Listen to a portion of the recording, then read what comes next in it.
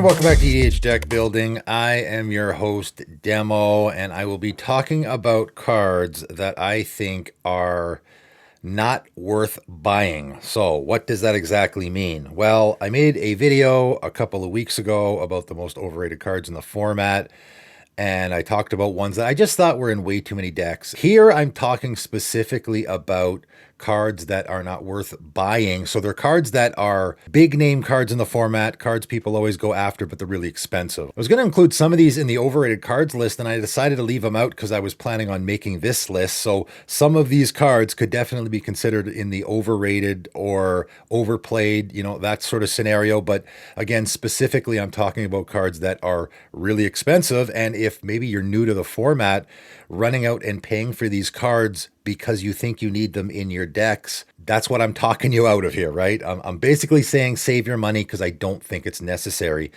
So let's start out with some pretty obvious ones, and that is the dual lands. This is probably, I think, the best example of cards that certainly are played in the format a lot, but are totally not worth it.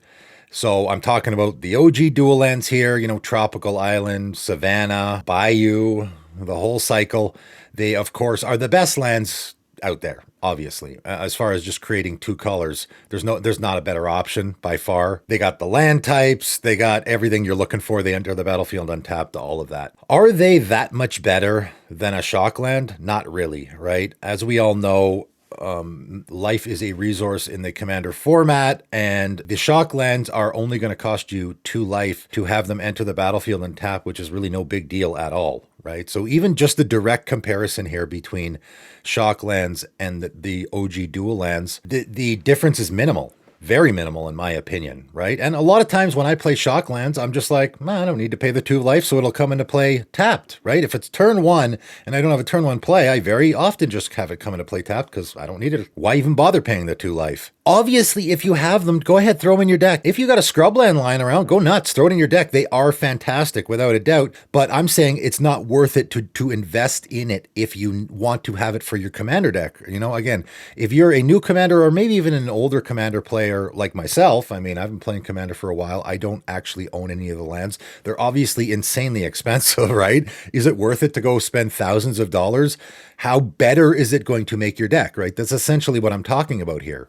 The cost versus how better it's going to make your deck. It's really not going to make your deck better at all. You probably won't even notice it. They're great. Put them in your deck if you got them, but I don't recommend going out and buying them. Next up, another fairly obvious one for me, which is Mana Crypt. And, I've heard people say it's an auto-include in a deck if you got one. And there's a lot to discuss here. I'm going to try not to go off on too many tangents.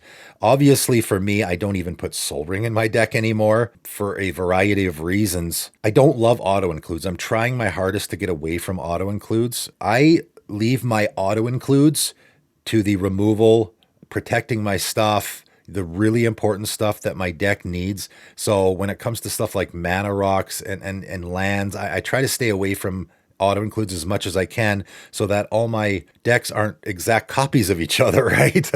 I don't want to see the same cards in every commander deck I play. I want to be playing different cards all the time. So that's part of the reason. Another part of a lot of the reason why I don't play these cards. Another reason I don't play Sol Ring is because it's just one of those cards that people really hate and will often make you a target, which is rule number 1 for me in EDH, which is don't make yourself a target. Mana Crypt is that on steroids. And again, the advice to you, if you are a new commander player, is you're going to have some guy out there telling you Mana Crypt is so good and run out and buy a copy if you can because it's only going to make your deck better. And I'm telling you, save your money. This is like a $200 card. That's like the cheapest version of this card is $200. You go out there and buy like 4 or 5 copies of Smothering Tithe for that much money, and that card's great, and you could put it in a whole bunch of decks. That is more worth the money, in my opinion. I have said on several occasions that I actually think Sol Ring is just better than Mana Crypt in a casual commander game. The fact that it's cost 0 is nice. I guess you can get it out on turn 1 and cast something for 3 mana on turn 1, like maybe a Cultivator or Rhystic Study. That's a great turn 1 play. Again, it's only going to make you a target. There is very few first turn plays in the format that are going to make you more of a target than a Mana Crypt. A Sol Ring is going to be like, ooh, everybody watch out for that guy. Mana Crypt is even worse. By the way, one of the worst first turn plays I ever see in the Commander format is turn one, I play my Mana Crypt and then I don't use the mana. Again, it's so funny when people do stuff like that. They're just like, yeah, I got a Mana Crypt, and they immediately throw it down without even realizing they can't use the mana because there's nothing to cast. I've seen that a few times. And of course, it's a really bad play because you're making yourself a target on turn one, but also it's a really bad play because it's dealing 3 damage to you, right? That's why Sol Ring is better. Yeah, it costs 1 mana, but there's 0 downside. You can have your Sol Ring sit there for the entire game and it's not going to hurt you. A Mana Crypt is going to do you a lot of damage. I've said on my channel many times before, if you're a big fan of Mana Crypt, please keep track of the damage it is dealing you, okay? Keep track, because I guarantee you it's doing a bunch, and you might even find out that it's costing you more games than it is helping you, okay? So for me, Sol Ring is a better card than a Mana Crypt. I mean, there's a lot to talk about here with Mana Crypt. I honestly could make an entire video about it. It is, again, it fits into the category for me of overrated, where I just think people think it's way better than it is because it is one of those cards throughout the history of the game that is seen as a super powerful card. And again, let me please point out, because I still am getting comments on my videos all the time about, CEDH versus casual. This is a casual Commander channel, guys. In CEDH, yeah, I'm sure Mana Crypt is an absolute auto-include. I mean, those decks cost thousands and thousands of dollars, and we're talking about cost here. Certainly, if you're playing, I wouldn't even recommend touching CEDH if you're a budget player. I don't even know if it's possible. We're talking about casual Commander here, and we're talking about cards. Is it worth it to run out and spend $200 on this card? It's going to make your Commander deck better by this much.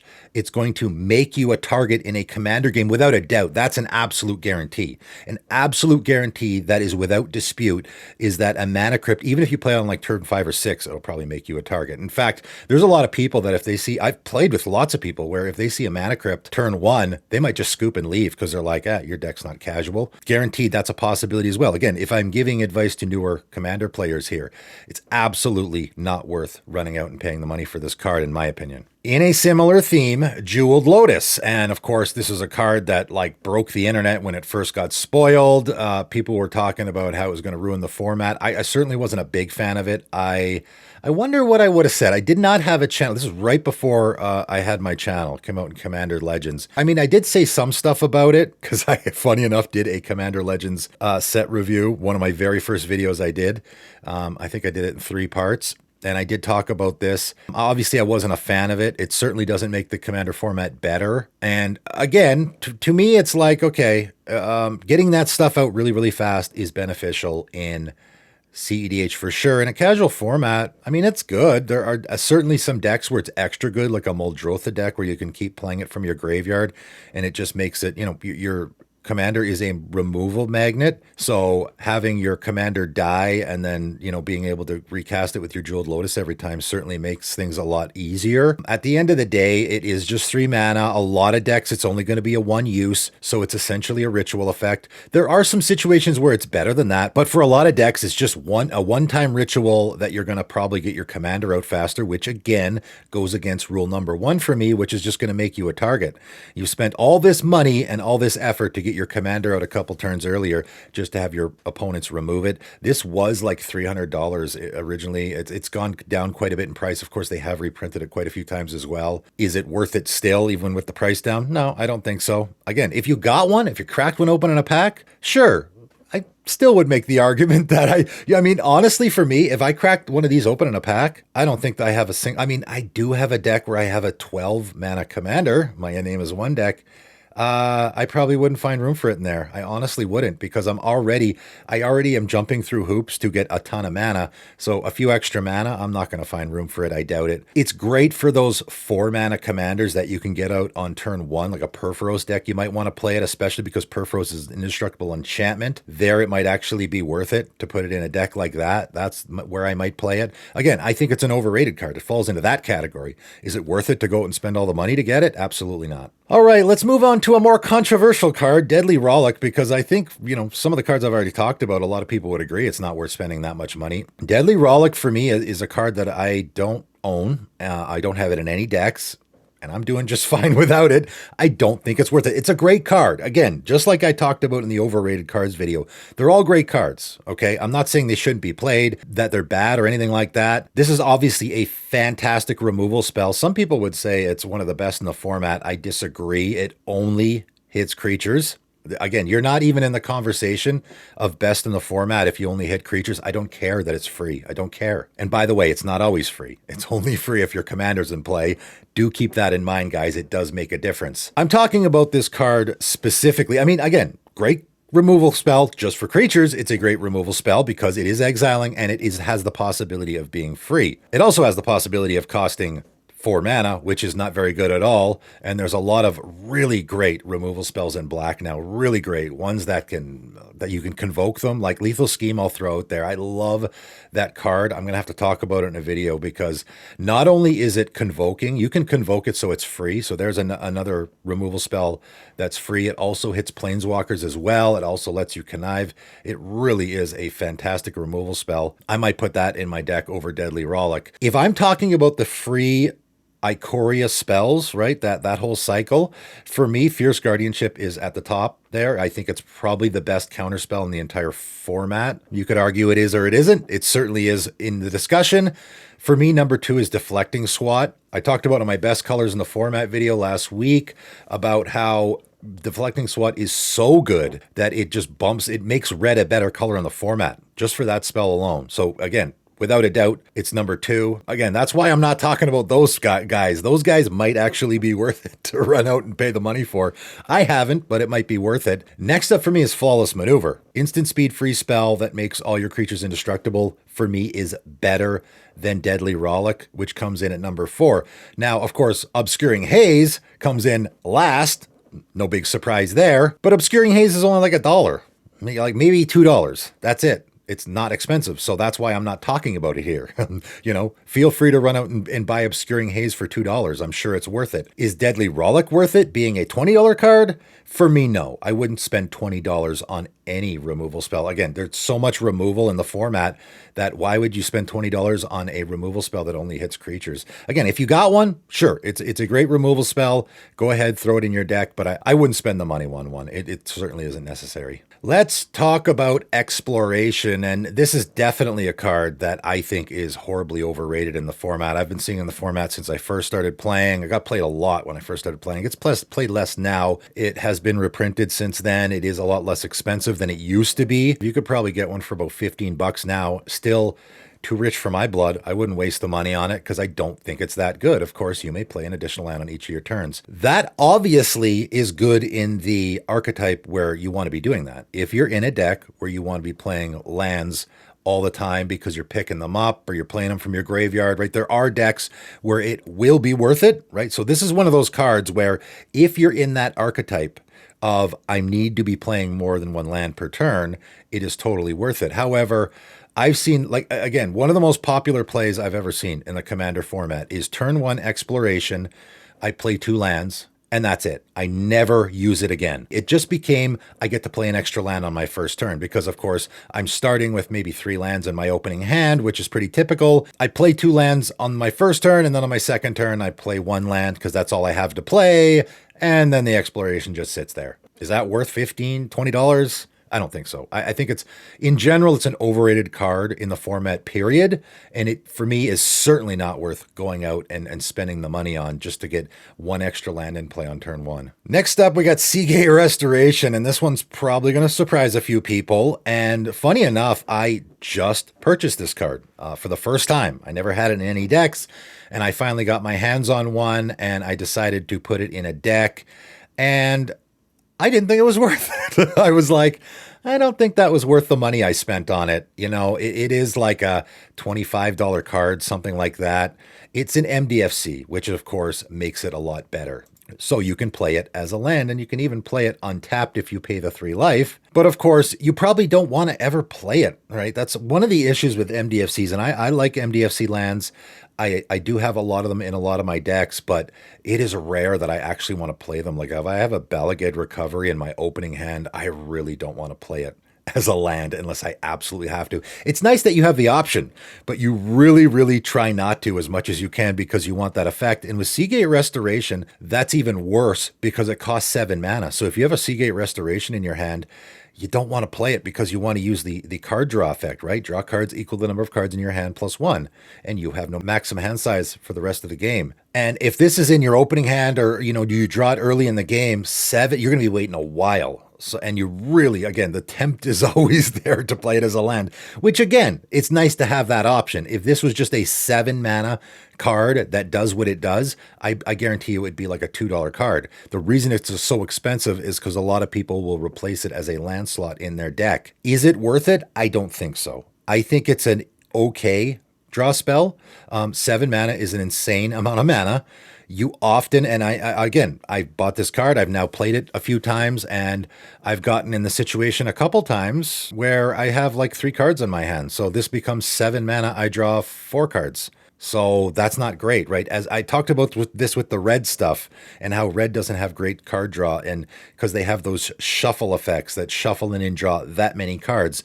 The effect that draws that many cards, depending on your hand size, is actually not a great draw spell because the point at which you want to draw cards the most is when you don't have cards in your hand. If I have 7 cards in hand, I don't really need to draw cards. Am I going to pay 7 mana for Seagate Restoration when I already have 7 cards in hand? No. I'm going to spend my turn doing stuff. I'm not going to tap out just so I can draw 7 cards and have no maximum hand size. By the way, you just made yourself a target in the game for having 14 cards in hand. So that's actually not a great play, in my opinion. I know people like that. People really like, I already got 7 cards in hand. I'm going to tap out, draw 7 more cards. Now I got 14 cards in hand, and I don't have to discard the hand size. You just tapped out on your turn and made yourself the archenemy in that game. That, to me, is not a great play. So I'm not going to take this out of my deck. I'm going to leave it in the deck that it is currently in. I don't think it's a great card draw spell, although, again, it is a land that I can play. I think I'm just more likely to play it as a land, right? Again, if I see Seagate Restoration in my opening hand, I might just play it as a land instead. So I've already purchased it. I already have it in a deck. I'm not going to take it out. It is pretty good. I just don't think it is worth running out there and buying if you think, again, everyone talks about what's a fantastic card this is, and you think you need to run out and buy it. I don't think it's worth it. Next up, Noble Hierarch. And this is an interesting one. I'm not even sure what made me think to add this to the list. It is certainly a card that gets played in the format quite a bit. And it's kind of an expensive one. I mean, it's not bad. I would say it's probably one of the least expensive cards on this list. You could probably pick a copy up for like $8 or $9. The reason it's expensive, and a lot of times you have cards that are expensive in the Commander format because everyone wants to be playing on the Commander format, like a Smothering Tithe or a Rhystic Study. And sometimes you have cards that are expensive in the Commander format because they're just expensive in every format. And Noble Hierarch, I mean, I used to play Modern. I saw this card all the time. It's a powerhouse in Modern. I'm not the biggest fan of Mana Dorks. They're okay for sure. I definitely, a lot of people say that having creatures that give you mana is not great because they'll just die to a board wipe. Turn 1, I play a Noble Hierarch, and then turn 2, I have 3 mana is a pretty good play for sure. Even in Commander, in other formats is even better because 3 mana could probably cast everything in your deck in like Modern or Legacy, right? In Commander, that's not a bad play at all. It certainly is worth it. I'll make the case for why you don't need this card. Even in a Bant deck. Let's just talk about a Bant deck, okay? In a Bant deck, do I need the green, white, and blue mana? I mean, maybe people are just playing this in their 5-color decks because it gives more mana. Birds of Paradise. I mean, maybe you already have Birds of Paradise. Birds of Paradise is a better card than Noble Hierarch, and it's also a cheaper card than Noble Hierarch. So for sure, you should be playing Birds of Paradise before you play Noble Hierarch. And again, just like I say about Ornithopter of Paradise, Birds of Paradise is also a flying blocker later in the game. That can be really, really important. One of the reasons Noble Hierarch is so good in Modern, again, speaking from personal experience here, is the Exalted. The Exalted actually does make a big difference in the Modern format, and in the Commander format, it's almost meaningless. I mean, there are some decks, maybe a Rafik deck or something, where, you're already doing Exalted, so you might want to find room for it there. Giving the +1/+1 bump is again, it's just not very good in the Commander format. So the Exalted is almost useless. And the fact that it adds 3 colors is nice, but again, there are better options that do that. And also, you're in green. And I just think if you're in green, the thing that green does best in the Commander format is ramping. And ramping is super good because not only does it get those lands into play to accelerate you, but it also is mana fixing, right? A cultivate is not just giving you more lands, it's also mana fixing you. So if I'm in my Bant deck, I go get a plains and an island, and now I'm good to go, right? Noble Hierarch, good card, sure. I am not saying you shouldn't put it in your deck. I'm not saying you should take it out of your deck. I'm just saying I don't think it's worth it to spend $8 on a Mana Dork. I think there are plenty of great options out there for you already, and you don't need this one. Speaking of Mana Dorks, Bloom Tender, Commander staple since forever. And this is, again, a card that used to be like $40, $50 and has gone down quite a bit in price because they finally have reprinted it quite a bit. It's still like a $12 card, and even for $12, I wouldn't spend the money on this. It's a great Mana Dork, certainly. For me, I'm thinking a 5-color deck or something like that. Even a 5-color deck where Kenrith is your commander, obviously not worth it. If I had a 5-color commander, now my Bloom Tender is going to tap for 5 mana. And of course, it's going to tap for WUBRG. It's going to give me exactly the colors I need to cast anything in my deck, that's where Bloom Tender is great. It is a Mana Dork that can add lots of mana, but also gives you the colors you need, which can be really, really good. In like a 3-color deck, again, this card is probably in more decks than it should be, I think. A 2-color deck, I definitely wouldn't find room for it. 3-color deck, you could find room for it. It's definitely good. It's not always going to be tapping for 3 mana. It will often be tapping for 1 or 2 mana, which is okay. Again, there's lots of great Mana Dorks in the format. For me, it's not worth it to spend $12 on a card that could be really good, but also could be just okay. Do you have a Bloom Tender already? Sure, throw it in your deck, and you can leave it in your deck if you already have it in there, but I would not invest the money. I don't think it's worth it. Phyrexian Metamorph. This one was kind of shocking for me. I actually couldn't believe how expensive it was. It is like a $10 card or more. That, to me, is not worth it for something that is a clone effect, which we have a zillion of in the format now. Again, this is another card that was really, really popular back in the day. It does copy a artifact or creature, so you can copy artifacts. I think all the times I've seen this cast, I don't know, I've seen this cast 100 times and maybe only once or twice has it copied an artifact. So the fact that it copies artifacts is just like, okay, it's a nice little advantage, I guess. It also is an artifact in addition to its other types, which can be an advantage sometimes. And again, people might be using this in niche situations where the fact that you're copying a creature and turning it into an artifact, so now you're an artifact creature, there is some advantage there. But for the most part, that's a disadvantage because, of course, artifact creatures are the easiest thing to remove in the format. It's going to die to a normal board wipe, and it's also going to die to a Bane of Progress, right? If your opponent has a Vorinclex and you're like, I'm going to copy that Vorinclex, so now I have one. You now have a Vorinclex because you copied it with your Phyrexian Metamorph, but it's an artifact creature, and that same person, let's say, casts a Bane of Progress, their Vorinclex gets to stick around and yours gets destroyed, right? So I see that as more of a downside than an upside. I would play so many clone effects over this one. I'm throwing them up on the screen, all the clone effects that I would play before a Phyrexian Metamorph. Again, this is another card that for me, back in the day when this was really expensive, it wasn't worth buying to put in my deck.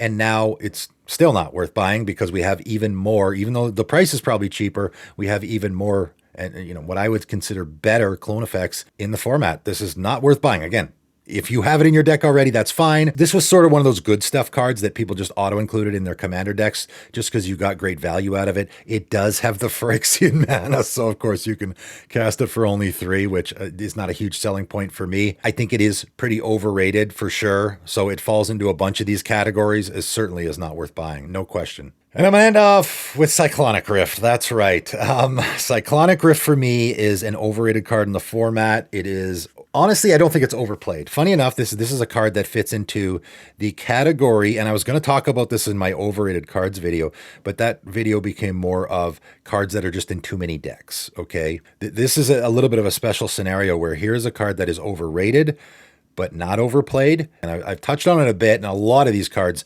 fall into the category. And again, cards I don't play, right? Cyclonic Rift, again, falls into a very special category where it's a card I used to love. It used to be one of my favorite cards in the format. I put it in every deck because for me, it was a solution. It was solving a problem. I like cards that solve problems, and Cyclonic Rift solved every problem. It solved those problems a lot less when Teferi's Protection came out because, of course, Teferi's Protection gets around Cyclonic Rift. I mean, that's a huge blowout. Let's be clear here that Cyclonic Rift is a fantastic card in the Commander format, but I'm going to go over all the reasons why I don't play it and why it certainly is not worth running out and spending $70 or $80 or, you know, whatever it's worth. I guess you could get a copy for 30 some dollars, maybe, whatever the case may be. I don't think it's worth it. Okay, so first of all, it makes you the arch enemy more than almost any card in the entire format. Again, this goes into the whole overrated argument.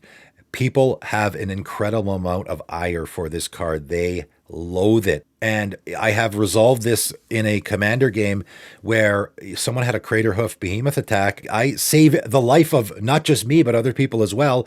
And I'm still the arch enemy because I've cast a Cyclonic Rift and people hate that card. I've had people go after me. I've told the story in the past just because I was playing a blue deck and they assumed I had Cyclonic Rift in my deck. And that's how much they hate that card. That's how much people hate this card. I think it's a rational hate. It's a fantastic card in a Commander game, but people are irrational when it comes to this card. They have Cyclonic Rift derangement syndrome, in my opinion. I hear all the time that people just cast their Cyclonic Rift and then the game ends on their turn. I have asked 1,000 times for people to tell me what that scenario is. What's the scenario? Okay, if you have some combo, then the Cyclonic Rift shouldn't be necessary. If you have a Craterhoof Behemoth attack, the Cyclonic Rift shouldn't be necessary. You know, what is the scenario where I Cyclonic Rift?